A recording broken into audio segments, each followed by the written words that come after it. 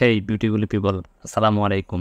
আজকে আপনাদের সাথে এমন 5টা টিপস শেয়ার করব, যেই 5টা টিপস যদি আপনি ঠিকঠাক মতো ফলো করেন তাহলে আপনার ওয়েবসাইটের সেল কয়েক গুণ বেড়ে যাবে। তো চলুন শুরু করা যাক সেই টিপসগুলো।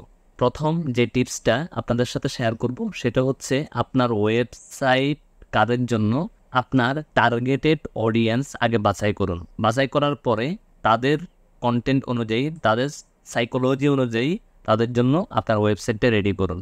আপনি মনে করেন একজন ডক্টর, কিন্তু আপনি যদি একজন সবজি বিক্রেতার মতো কন্টেন্ট বানান তাহলে কি আপনার ওয়েবসাইট থেকে সেল আসবে? কখনোই না।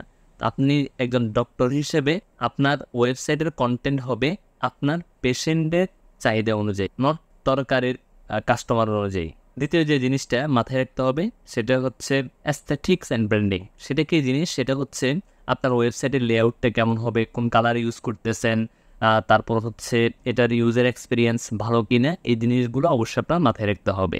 তৃতীয় যে জিনিসটা আপনার মাথায় রাখতে হবে সেটা হচ্ছে আপনার ওয়েবসাইটের অপটিমাইজ কিনা, আপনার ওয়েবসাইটটা স্পিড আপ ঠিক আছে কিনা। একজন ক্লায়েন্ট যখন আপনার ওয়েবসাইটে ভিজিট করবে কত তাড়াতাড়ি সে আপনার ওয়েবসাইট ভিজিট করতে পারে। যদি আপনার ওয়েবসাইট ভিজিট করতে দেরি হয়, দেখা যাবে সে ওয়েবসাইট ভিজিটই করবে না, এখান থেকে ব্যাক করে চলে আসবে।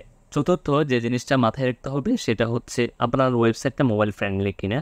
আপনি আমার এই যে ভিডিওটা দেখতেছেন সেটাও আপনি মোবাইল দিয়ে দেখতেছেন, তার মানে আমাদের প্রত্যেকটা কাজে কিন্তু আমরা চেষ্টা করি মোবাইল দিয়ে করার জন্য। যদি মোবাইল দিয়ে না হয় তারপর আমরা কোনো না কোনোভাবে ল্যাপটপ বা কম্পিউটার শরণাপন্ন হয়, কিন্তু মোবাইল দিয়ে যদি আমরা আমাদের কাজটা সেরে ফেলতে পারি তাহলে কিন্তু আমরা মোবাইল দিয়ে কাজ করি। সেই জন্য আপনার ওয়েবসাইটটা অবশ্যই মোবাইল ফ্রেন্ডলি হতে হবে।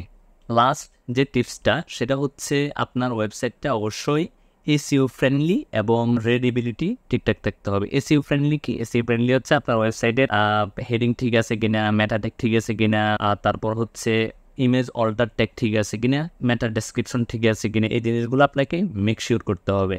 আর রিডেবিলিটি বলতে এমন একটা জিনিসকে বোঝায় যে আপনার ওয়েবসাইটটা ঠিকঠাক মতো রিড করা যাচ্ছে কিনা, আপনার ওয়েবসাইটের যে কন্টেন্টগুলো আছে এই কন্টেন্টগুলো ঠিকঠাক মতো পড়া যাচ্ছে কিনা, আপনি যেটা লিখছেন তারপর লেখাগুলোর মধ্যে স্পেসিং ঠিক আছে কিনা, কালার কম্বিনেশন ঠিক আছে কিনা, তারপর হচ্ছে বাটনগুলো ঠিক আছে কিনা, এই জিনিসগুলো ফোকাস রাখতে হবে।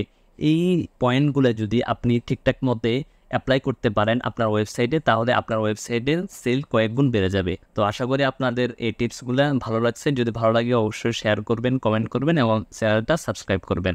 All the best.